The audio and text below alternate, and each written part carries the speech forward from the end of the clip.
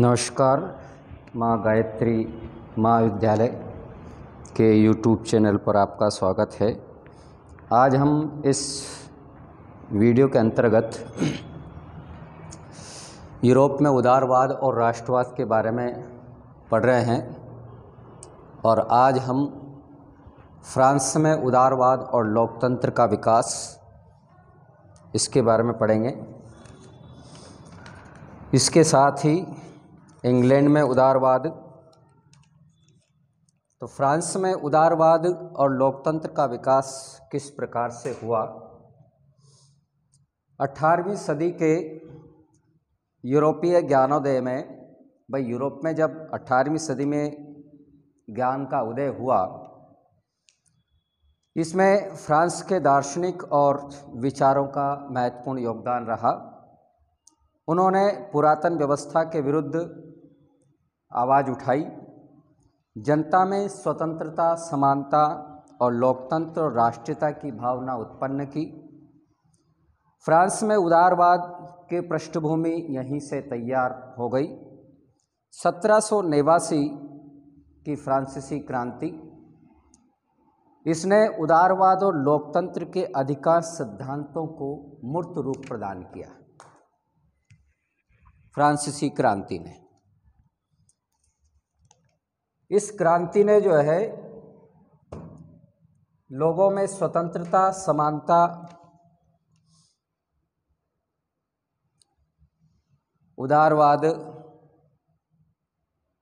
और लोकतंत्र का सिद्धांतों का मूर्त रूप दिया। इसने क्रांति ने फ्रांस में 1789 की फ्रांस की क्रांति के बाद, 1789 की क्रांति के बाद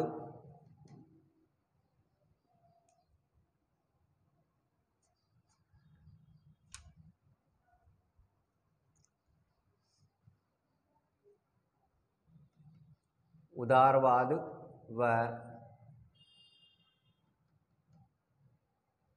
लोकतंत्र को मूर्त रूप प्राप्त हुआ फ्रांस में।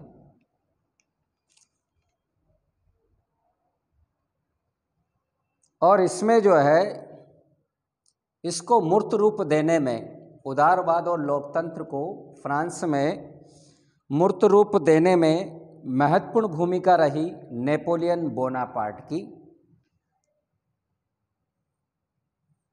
महत्वपूर्ण भूमिका नेपोलियन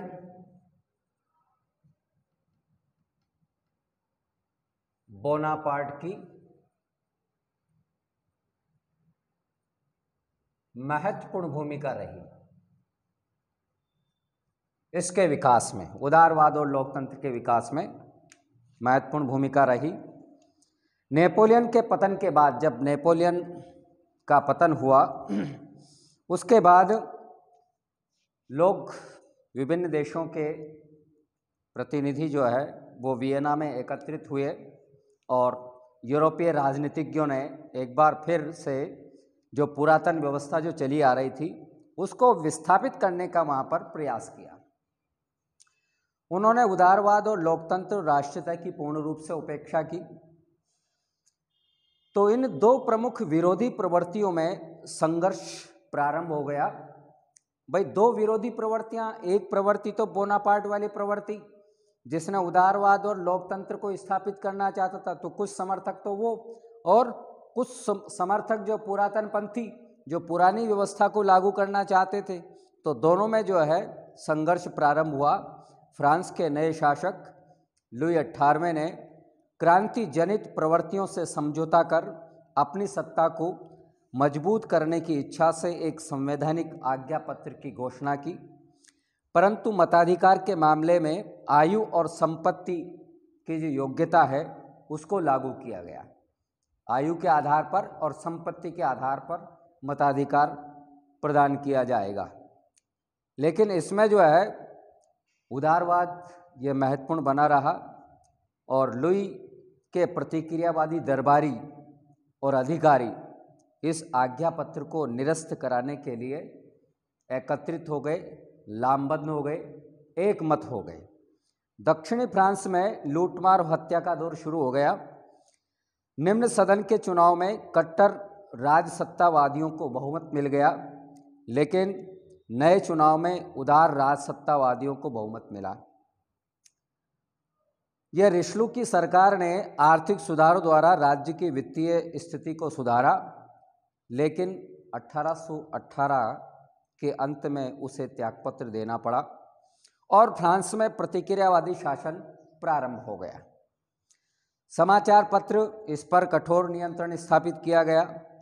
शिक्षा पर दोबारा चर्च का नियंत्रण हो गया।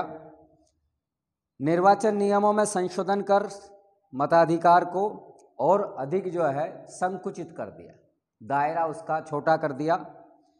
इस प्रतिक्रियावादी नीति के विरुद्ध पूरे फ्रांस में शासन विरोधी आवाज़ें उठने लगी और सौभाग्य से 1824 में लुई 18वें की मृत्यु हो गई और वह राजनीतिक उथल पुथल से बच गया। लुई 18वें के बाद फिर चार्ल्स दशम वो सिंहासन पर बैठा फ्रांस के, और क्रांति का वो घोर विरोधी, राजा के देवी अधिकार का प्रबल समर्थक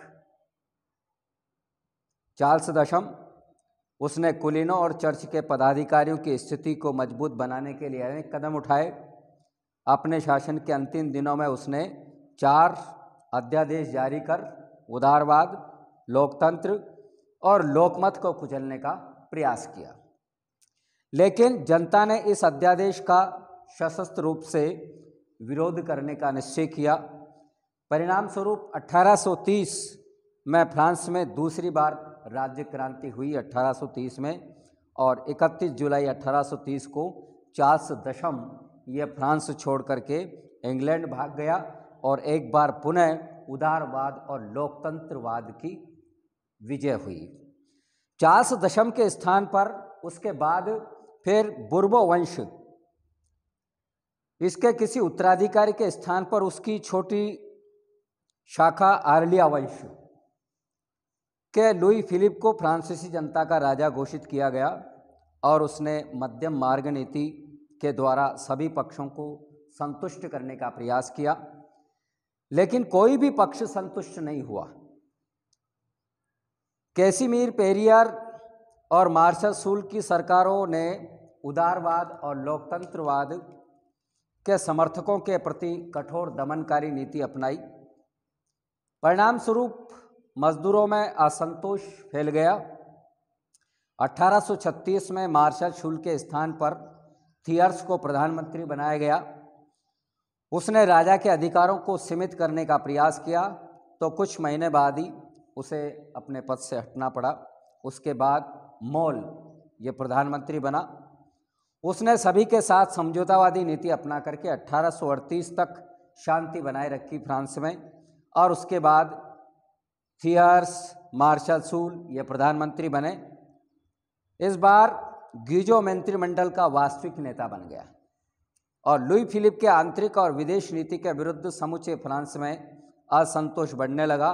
ऐसे में 1846-47 में खराब मौसम के कारण फसलें भी नष्ट हो गई, जिससे अनाज की कीमतें वहाँ पर बढ़ गई। उद्योगों में मंदी आ गई और मंदी के कारण बेरोजगारी बढ़ गई। उदारवादियों ने सुधारों की मांग की, जिसे लुई फिलिप ने ठुकरा दिया। विरोधी दलों ने जनता के हस्ताक्षर से युक्त सुधारों के लिए मांग पत्र भेजने का निश्चय किया। हस्ताक्षरों के लिए देश में स्थान स्थान पर सहभोज आयोजित किए जाने लगे। गीजो को बर्खास्त करने की मांग जोर पकड़ने लगी। संपूर्ण पेरिस में सशस्त्र संघर्ष प्रारंभ हो गया। लुई फिलिप वो भेष बदल करके इंग्लैंड भाग गया। गणतंत्रवादियों और समाजवादियों के कड़े विरोध के कारण निम्न सदन को राजतंत्र को समाप्त कर और गणतंत्र की घोषणा करनी पड़ी। क्रांति सफल रही। नए संविधान के अंतर्गत मताधिकार का विस्तार किया गया। लाखों लोगों को मत देने का अधिकार मिल गया। मध्यम वर्ग के प्रभाव में थोड़ी कमी आ गई। 1848 की क्रांति के सर्वाधिक महत्वपूर्ण बात यह सिद्ध हुई कि इसने यूरोप के अनेक राज्यों में क्रांतिकारी और उदारवादी आंदोलन को प्रोत्साहित किया। ऑस्ट्रिया में दंगे भड़क उठे। प्रतिक्रियावादी चांसलर मेटरनिक या ऑस्ट्रेलिया से भाग गया, ऑस्ट्रिया से, और ऑस्ट्रियन सम्राट को विवश होकर के उदारवादी संविधान लोगों को प्रदान करना पड़ा। हंगरी में भी गणतंत्र की घोषणा कर दी गई, लेकिन विभिन्न जातियों की आपसी फूट के कारण ऑस्ट्रिया को क्रांति को कुचलने में सफलता मिल गई। इटली, जर्मनी में निरंकुश शासन के विरुद्ध क्रांति की लहर उठी, परंतु ऑस्ट्रिया के द्वारा उसको दबा दिया गया। डेनमार्क में उदारवादियों को अवश्य कुछ सफलता मिली। हालैंड में वहाँ के शासक ने स्वयं उदारवादी आंदोलन का नेतृत्व किया, उदारवादी संविधान लागू किया, और इंग्लैंड में चार्टिस्ट आंदोलन जोर पकड़ने लगा। 1838 की क्रांति के बाद संपन्न चुनाव में नेपोलियन बोनापार्ट का भतीजा, ये लुई नेपोलियन द्वितीय, यह फ्रांसीसी गणतंत्र का राष्ट्रपति निर्वाचित हुआ, और उसने साम दाम दंड नीति का सहारा लेकर के पहले तो राष्ट्रपति का कार्यकाल 4 वर्ष से बढ़ा करके 10 वर्ष करवा दिया। फिर जनमत संग्रह के माध्यम से सम्राट नेपोलियन तृतीय बन गया। इस प्रकार 1852 के अंतिम दिनों में द्वितीय गणतंत्र का अंत हो गया, और फिर द्वितीय साम्राज्य स्थापित हो गया। वहाँ पर दूसरी बार जो है गणतंत्र समाप्त हो गया और साम्राज्य की स्थापना हो गई। नेपोलियन द्वितीय ने अपनी सत्ता को मजबूत करने के लिए एक तरफ तो कठोर प्रतिबंधों का सहारा लिया और लोगों की राजनीतिक स्वतंत्रता का अपहरण किया, दूसरी तरफ उसने शिक्षा की उन्नति, जनता की भौतिक समृद्धि और फ्रांस के औद्योगिक विकास का पूरा प्रयास किया। श्रमिकों की सहानुभूति एवं समर्थन प्राप्त करने की दृष्टि से उन्हें अनेक सुविधाएं दी गई। किसानों की आर्थिक स्थिति सुधारने की दिशा में कई कदम उठाए उसने, और 1860 के बाद नेपोलियन तृतीय की विदेश नीति के कारण फ्रांसीसी जनता में उसके विरुद्ध असंतोष बढ़ने लगा। उदारवादी और गणतंत्रवादियों ने स्थिति का लाभ उठाया, लेकिन 1870 में प्रशा के विरुद्ध युद्ध में नेपोलियन तृतीय ये अपने 83,000 सैनिकों के साथ आत्मसमर्पण करते ही पेरिस में गणतंत्र की घोषणा कर दी गई। लेकिन गणतंत्रीय सरकार ने युद्ध को जारी रखा, परंतु पेरिस के पतन के बाद उसे जर्मनी के साथ फ्रैंकफर्ट की अपमानपूर्ण संधि करनी पड़ी उसको।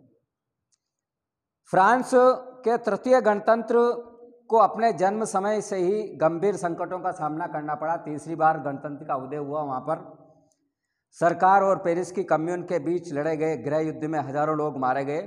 थियर्स की गणतंत्रीय सरकार ने किसी तरह से शांति स्थापना की। फ्रैंकफर्ट संधि के 2.5 वर्षों के भीतर युद्ध का हर्जाना देकर जर्मन सेना को फ्रांस से हटा दिया गया। थियर्स के बाद राजतंत्रवादी मैकमोहन को राष्ट्रपति निर्वाचित किया गया। उसने फ्रांस में पुनः राजतंत्र की स्थापना के लिए कई हथकंडे अपनाए, लेकिन राष्ट्रवादियों को आपसी फूट और गणतंत्रवादियों के जबरदस्त विरोध के कारण उसकी कोई बात सफल नहीं हो पाई। जनवरी 1879 इसमें उसने जो है त्यागपत्र दे दिया और उसके स्थान पर गणतंत्रवादी जूल्स ग्रेवी को राष्ट्रपति बनाया गया। उसके समय में वित्तीय व्यवस्था को सुधारा गया, सेना का पुनर्गठन किया गया, ट्यूनीशिया को जीता गया, धर्मनिरपेक्ष शिक्षा पद्धति को अपनाया गया और संविधान के गणतंत्रीय स्वरूप को मजबूती प्रदान करने का प्रयास किया गया। इसके बाद तृतीय गणतंत्र को पुनः संकट का सामना करना पड़ा। उसमें मंत्रिमंडलों को जल्दी पतन होने लगा। युद्ध मंत्री ये बुगेलर ने संसदीय प्रणाली को समाप्त करने का सफल प्रयास किया। डेपर्स कांड के कारण भी गणतंत्र को काफ़ी बदनामी उठानी पड़ी, पादरियों का विरोध और दंगों का सामना करना पड़ा, लेकिन गणतंत्र किसी प्रकार से अपने अस्तित्व को कायम करने में सफल रहा और विदेश नीति के क्षेत्र में तृतीय गणतंत्र काफ़ी सफल रहा। फ्रांस के औपनिवेशिक साम्राज्य का विस्तार हुआ, रूस के साथ समझौता संपन्न हुआ, बाद में इंग्लैंड के साथ भी समझौता संपन्न हो गया और फ्रांस की मध्यस्थता से इंग्लैंड और रूस में भी समझौता हो गया। परिणाम स्वरूप जर्मनी के नेतृत्व वाले त्रिगुट इसके विरुद्ध ट्रिपल आतंक अस्तित्व में आया। ये इस प्रकार से जो है फ्रांस में उदारवाद और लोकतंत्र का विकास हुआ। उसके बाद ये तो थी फ्रांस की स्थिति। उसके बाद इंग्लैंड में किस तरह से उदारवाद, ये तो था फ्रांस में। अब उसके बाद इंग्लैंड में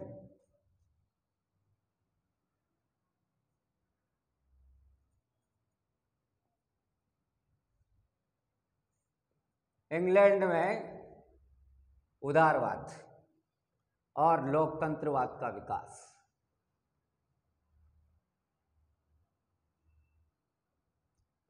इंग्लैंड में भी जो है उदारवाद और लोकतंत्र के चिन्ह 1215 में मैग्ना कार्टा से दिखाई देने लगे। 1215 में मैग्ना कार्टा।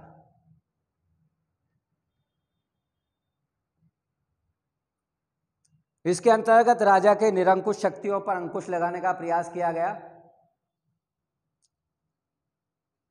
और 1688 की गौरवपूर्ण क्रांति ने उदारवाद के विकास में सक्रिय योगदान दिया। 1688 की इंग्लैंड की गौरवपूर्ण क्रांति इसने भी उदारवाद के विकास में महत्वपूर्ण भूमिका निभाई। 1689 में बिल ऑफ राइट्स ने राजा के दैवीय अधिकार सिद्धांत का अंत कर दिया गया। 1689 यह था बिल ऑफ राइट्स, इसने राजा के दैवीय अधिकार को समाप्त कर दिया। कैबिनेट प्रणाली के विकास में भी इसमें योगदान दिया। फिर भी इंग्लैंड में अभी सही अर्थों में गणतंत्र की स्थापना नहीं हो पाई थी। संसद में दो सदन, हाउस ऑफ लॉर्ड्स और हाउस ऑफ कॉमन्स, ये दो सदन थे वहाँ पर। इसमें सामंत सदन बहुत अधिक शक्तिशाली था, इसमें रूढ़िवादी की प्रधानता थी। हाउस ऑफ कॉमन्स में जनता द्वारा निर्वाचित प्रतिनिधि बैठते थे, परंतु मताधिकार संकुचित था यहाँ पर, और निर्वाचन क्षेत्र में मतदान की दूषित प्रणाली के कारण हाउस ऑफ कॉमन्स में भी सामंत और पूंजीपतियों द्वारा मनोनीत सदस्य निर्वाचित होते थे। अतः निर्वाचन नियमों में सुधार की सख्त आवश्यकता थी। वहाँ पर संपन्न और जागरूक मध्यम वर्ग इसके लिए विशेष प्रयत्नशील था।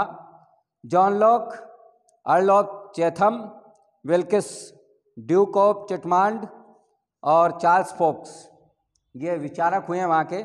इन्होंने जो है सुधारों का काफ़ी प्रयास किया।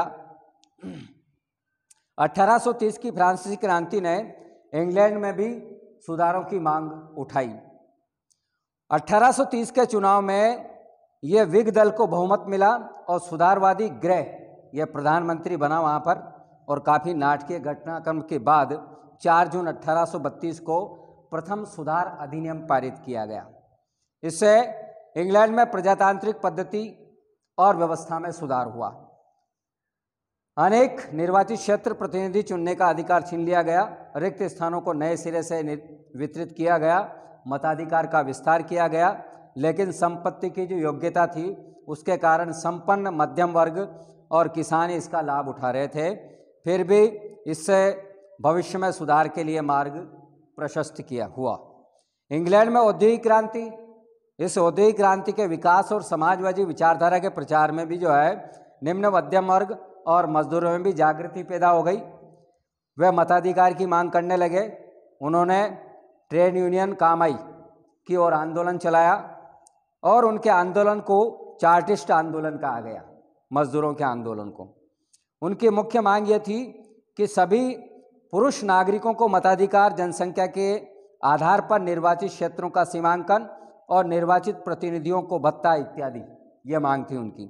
और प्रारंभ में आंदोलन शांतिपूर्ण रहा, लेकिन बाद में आंदोलन ने विद्रोह का रूप धारण कर लिया। सरकार ने सख्ती के साथ आंदोलन को दबाया। 1848 की फ्रांसीसी क्रांति की सफलता से चार्टिस्ट में पुनः नया उत्साह जागृत हो गया और संसद में विचार के लिए एक आवेदन तैयार किया गया जिसमें 50 लाख व्यक्तियों के हस्ताक्षर थे। बाद में पता चला कि अधिकांश हस्ताक्षर जाली थे। इससे चार्टिस्ट बदनाम हो गया और आंदोलन उनका समाप्त हो गया। इसी प्रकार से जो है अनुदार दल के प्रमुख नेता ये पामस्टन, इसके विरोध के कारण 1600 या 1865 तक सुधारों की तरफ सरकार का कोई ध्यान नहीं था, लेकिन उसकी मृत्यु के बाद सुधारों के मार्ग की एक बहुत बड़ी बाधा दूर हो गई और 1866 में जॉन ब्राइट के नेतृत्व में सुधारों की मांग को लेकर जोरदार आंदोलन शुरू हुआ। अब अनुदारवादियों के पहल की और डिज़रेली ने 1867 में दूसरा सुधार अधिनियम पारित करवाया। द्वितीय सुधार अधिनियम में लगभग 10 लाख मतदाताओं की वृद्धि हुई। शासन में जमींदार पूंजीपतियों का प्रभुत्व कम हो गया। मध्यम वर्ग की भूमिका महत्वपूर्ण हो गई। इससे इंग्लैंड में एक मर्यादित सीमा तक प्रजातांत्रिक शासन प्रणाली आरंभ हुई। फिर भी अभी जो है खेती और मजदूर और छोटे छोटे नगरों में जो रहने वाले जो श्रमिक थे उनको मताधिकार नहीं मिला था।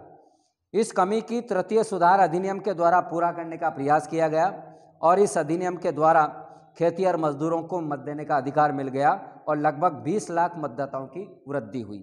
पहली बार बरो और काउंटी में मताधिकार के लिए एक समान योग्यताएं निर्धारित की गई। फिर भी अभी कुछ कसर रह गई।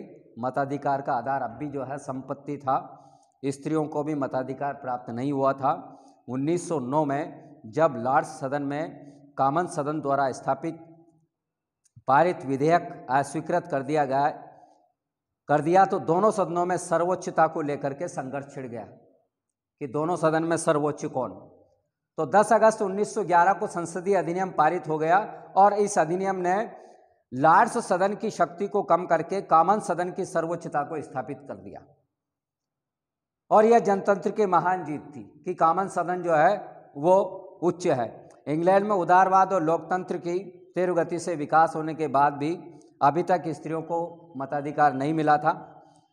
यद्यपि 1865 में जेएस मिल और 1870 में सर जैकब ब्राइट ने स्त्रियों को मताधिकार दिए जाने के प्रस्ताव संसद में रखे, परंतु उन्हें सफलता नहीं मिली और इसका मुख्य कारण ये था कि इंग्लैंड के अधिकांश पुरुष अब भी जो है स्त्रियों को मताधिकार दिए जाने के विरोध में थे। इस वजह से महिलाओं को मताधिकार नहीं मिले और 1960 में स्त्रियों को 1960 में स्त्रियों को बरो और काउंटी में एल्डरमैन और काउंसिलर बनने का अधिकार मिल गया, परंतु इससे स्त्रियों को संतोष नहीं हुआ और वे आंदोलन पर उतर आई। श्रीमती पंकज के नेतृत्व में यह आंदोलन ने हिंसक रूप ले लिया और इस पर सरकार ने हजारों स्त्रियों को जेलों में डाल दिया। 1914 में उसी समय जो है प्रथम विश्व युद्ध प्रारंभ हो गया और युद्ध के दौरान स्त्रियों ने राष्ट्र की सहायता के लिए महत्वपूर्ण कार्य किया। उस समय इससे प्रभावित होकर के 1918 में एक सुधार अधिनियम पारित किया गया जिसके अंतर्गत 30 वर्ष की स्त्रियों को कुछ शर्तों के आधार पर मताधिकार प्रदान किया गया 1918 में। यानी कि इस अधिनियम के द्वारा पुरुषों के लिए संपत्ति की अर्हता समाप्त कर बालिग मताधिकार का प्रावधान किया गया। 1928 में स्त्रियों को भी पुरुषों के समान बालिग मताधिकार यानी कि बालिग होने पर मताधिकार प्रदान किया गया। तो इस तरह से जो है इंग्लैंड में भी उदारवाद और लोकतंत्र की स्थापना हुई। ये तो था उदारवाद। उसके बाद राष्ट्रवाद। भाई यूरोप में किस प्रकार से उदारवाद की स्थापना हुई। अब उदारवाद की स्थापना के बाद जो है